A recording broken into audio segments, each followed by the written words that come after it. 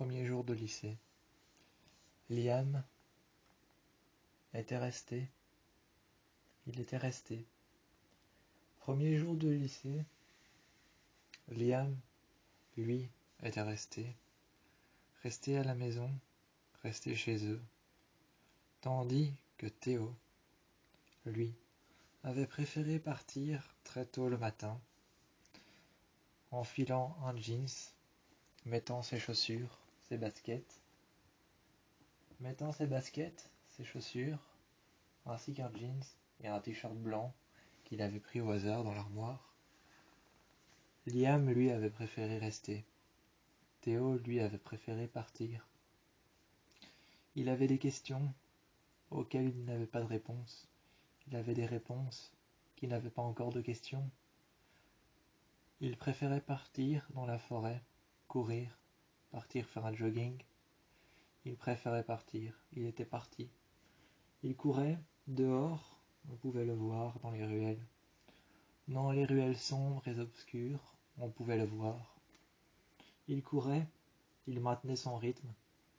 En courant, il est arrivé à une petite souche d'arbre, pas si petite que ça. Une petite souche d'arbre à laquelle il est arrivé, qui avait été rasée dès le départ, au plus bas du tronc. Au plus bas du tronc, elle avait été rasée. Cette petite souche d'arbre sur laquelle il s'est assis un moment, pour pouvoir y réfléchir, aux questions, aux réponses, à celles qu'il avait et à celles qu'il n'avait pas, aux questions auxquelles il avait des réponses, aux réponses auxquelles il avait des questions. Réfléchissant un moment, assis sur cette souche, il sentit alors une présence avec lui, un être, une chose, comme si quelque chose était avec lui. Il sentait une présence, comme si quelque chose était avec lui, un être, une présence. Était-ce surnaturel? Était-ce naturel ou était-ce tout simplement le stress, l'angoisse du premier jour de lycée? Il est donc revenu immédiatement à la maison.